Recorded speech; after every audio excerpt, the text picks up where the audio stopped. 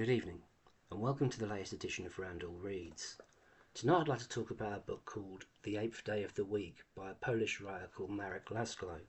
I happened upon this novel completely by chance in a second-hand bookstore maybe 25 years ago. I knew nothing about the plot, I knew nothing about the author. I was just intrigued by the title, The Eighth Day of the Week. The premise of the book is deceptively simple. It's about two young lovers who are roaming a city trying to find a place to consummate their love. Along the way, they get into various misadventures.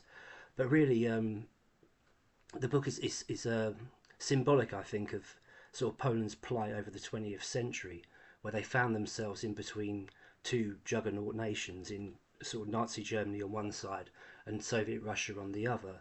So the two lovers of the novel really are representative of Poland trying to find their own soul, their own place in the world, so where they can live and love, as a nation once again, as Poland, rather than being under a Nazi occupation or communist rule.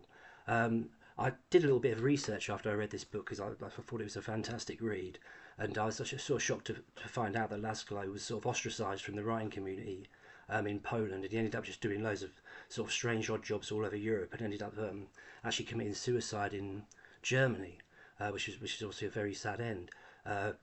It's a very short book, only around 100 pages, 100 or so pages, so you can easily read it in one day, and it's really one of those undiscovered gem books that you might even find it hard to get hold of, unfortunately. But if you do, you'll be in for a real treat.